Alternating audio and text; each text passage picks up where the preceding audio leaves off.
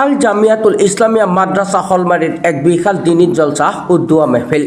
নগাঁও জিলাৰ লাওগাঁও হলমাৰিত আজি আল জামিয়াতুল ইসলামিয়া মাদ্ৰাসাৰ নতুন মাদ্ৰাসা এখনৰ শুভাৰম্ভ কৰা হয়।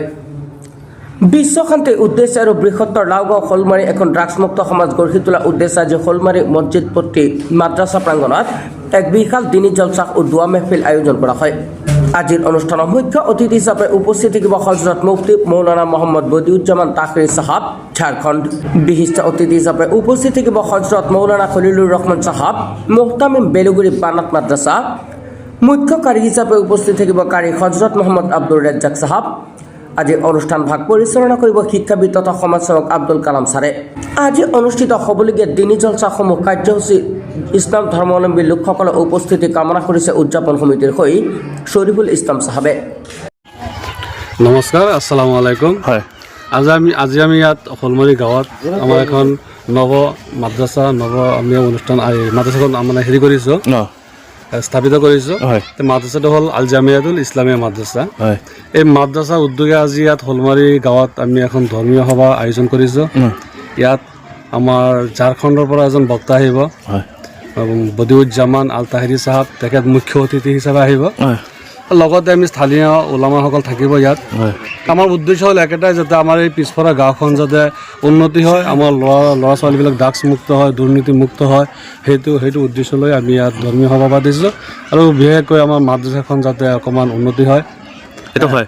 আৰু সুন্দৰতা আয়োজন কৰিছে আপোনালোকে এখন ড্ৰাগছমুক্ত সমাজ আৰু বৃহত্তৰ হলমাৰী লাওগাঁৱৰ যুৱ প্ৰজন্মখন যে আমাৰ ভাল হৈ আগবাঢ়ি আহক, এখন সুস্থ সমাজ গঢ়ি উদ্দেশ্যে আপোনালোকৰ আজি মাদ্ৰাসাখনো আজি নামাকৰণো কৰিছে আৰু সুন্দৰতা অনুষ্ঠান আয়োজন কৰিছে। কি ক'ব মানে, আৰু ৰাইজক কি আহ্বান জনাব? আজি ৰাইজক আহ্বান জনাতে আমাৰ সকলোৱে যে নিমন্ত্ৰণ ৰাখে, আমাৰ ইয়াত আহে, আমাক খুব পৰামৰ্শ দিয়ে যাতে আমি মাদ্ৰাসাখন কেনেকৈ চলাব পাৰোঁ, আৰু এই সভাখন যাতে সুন্দৰভাৱে আমি পৰিচালনা কৰিব পাৰোঁ। আৰু সকলোকে আমি কমিটিৰ তৰফৰ পৰা নিমন্ত্ৰণ জনালোঁ যে সকলোৱে ইয়াত আহে। মুখ্য অতিথি হৈছে আমাৰ ঝাৰখণ্ডৰ বদিউজ্জামান আল তাহিৰী সাহাব, ঝাৰখণ্ড পশ্চিমবংগ হয়।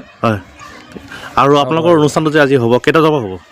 আমাৰ মুকলি হ'ব ৰাতি 7টা বজাত হ'ব, 10টালৈকে চলিব।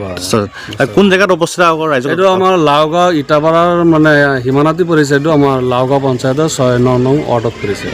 ৰাইজক সকলোকে নিমন্ত্ৰণ জনাইছে? ৰাইজক সকলোকে নিমন্ত্ৰণ জনাইছোঁ। তাকে ধন্যবাদ। নমস্কাৰ, আসসালামু আলাইকুম। বিশেষকৈ আমাৰ ইয়াত এখন ধৰ্মীয় সভা অনুষ্ঠান কৰা হৈছে হলমাৰী, লাওগাঁও হলমাৰী। আমাৰ গাঁওখন পিছপৰুৱা গাঁও। বিশেষকৈ আমি মানে ল'ৰা ছোৱালী অলপ ড্ৰাগছ মুক্তৰ কাৰণে আমি ধৰ্মীয় সভাখন পাতিছোঁ। সেইটো হয়। আপোনালোকৰ বৃহত্তৰ অঞ্চলটো লাওগাঁও হলমাৰী বৃহত্তৰ অঞ্চলত বিভিন্ন ড্ৰাগছৰ কবলত পৰিছে, আৰু উঠি অহা যুৱ প্ৰজন্ম ড্ৰাগছৰ কবলত পৰিছে, বিভিন্ন কামবিলাক চলি আছে। আপোনালোকে এখন শান্তি সমাজ বিচাৰিছে, বিশ্ব শান্তিৰ উদ্দেশ্যে আজি আপোনালোকৰ এখন ধৰ্মীয় সভা আয়োজন কৰিছে। কি ক'ব, ইমান সুন্দৰ এটা অনুষ্ঠান আয়োজন কৰিছে আপোনালোকে? হয়, আমি বিশেষকৈ মানে যে এই গাঁওখনৰ ল'ৰা ছোৱালীবিলাক আমাৰ উন্নতিলৈ আহে, আমাৰ ল'ৰা ছোৱালীকেইটা ভাল হয়, যাতে আমি আগলৈ আগুৱাই যাব পাৰোঁ।